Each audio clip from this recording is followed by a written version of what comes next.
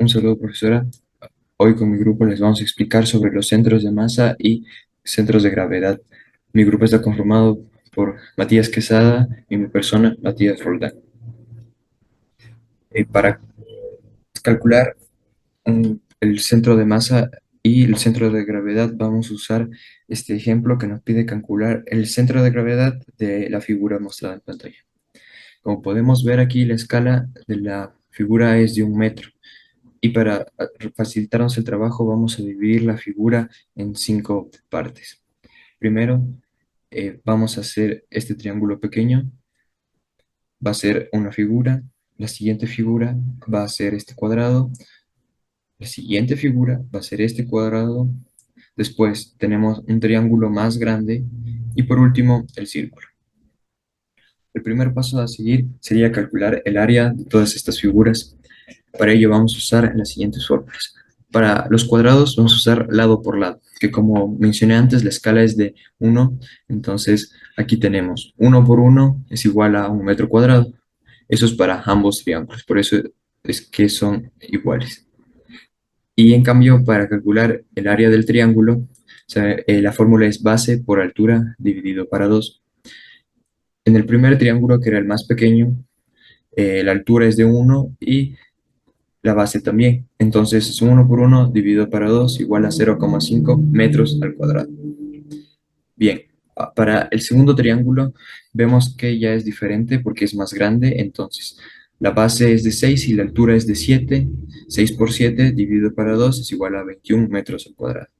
Y para el círculo es un poco más sencillo porque es pi por radio al cuadrado. En este caso el radio es igual a 1. Pi por 1 al cuadrado es igual a pi metros al cuadrado. El siguiente paso a seguir es calcular el centro de masa en X y en Y de cada una de las figuras que dividimos. En la figura 1, como podemos ver aquí, se encuentra X en 1,5, la mitad del cuadrado, y en Y en 0,5. Esto se puede hacer porque la escala es de 1 y es mucho más fácil hacerlo de esta manera que con fórmulas. Lo mismo pasa con el siguiente cuadrado, aunque está un poco más alejado en X y es por eso que sale 6,5. El punto en X y en Y del triángulo tenemos que usar ahora sí una fórmula, que sería 1/3 por base para X y 1/3 por altura en Y.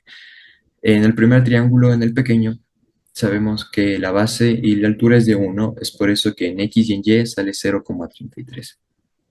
Para la figura 4, lo mismo, 1/3 por la base y en Y 1/3 por la altura. Ahora tenemos que sumarle la distancia que se desplaza en X y que se desplaza en Y, por eso hay un más 1 después del 6 y después del 7. Entonces, 1/3 por 6 más 1 es igual a 3 y 1/3 por 7 más 1 es igual a 3,33.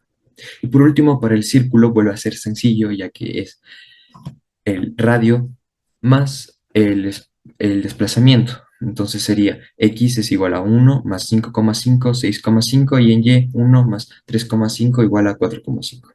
A continuación, mi compañero Matías Quesada. Ahora vamos a realizar una tabla en la que contamos con figura, área, X, Y, a X y a Y. Como ya habíamos realizado las áreas de cada figura, las ponemos dentro de la columna junto con X y Y. Y para sacar a X, multiplicamos el área por las X, teniendo así como resultado una m al cubo, metros al cubo. Y para sacar a y multiplicamos área por la cantidad de y, teniendo así a y. Ahora lo que vamos a proceder a hacer es sacar la suma total del área de ax y de ay. Ya obtenido es la sumatoria de las fuerzas. Vamos a sacar centro de masa en X, que es haciendo la sumatoria de fuerzas en AX sobre área, teniendo como resultado 2,49 metros. Vamos a hacer la sumatoria de fuerzas en AY sobre el área asimismo para sacar el centro de masa de Y, teniendo como resultado 2,79 metros.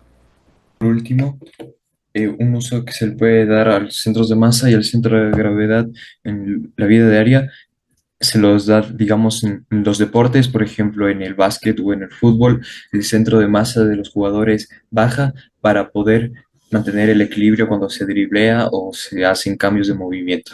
También en la arquitectura, para donde se diseña la base de los edificios más grandes para que tenga más estabilidad. O también se puede ser en el transporte, donde los carros tienen el centro de gravedad más bajo para no volcarse en las curvas. Gracias por su atención.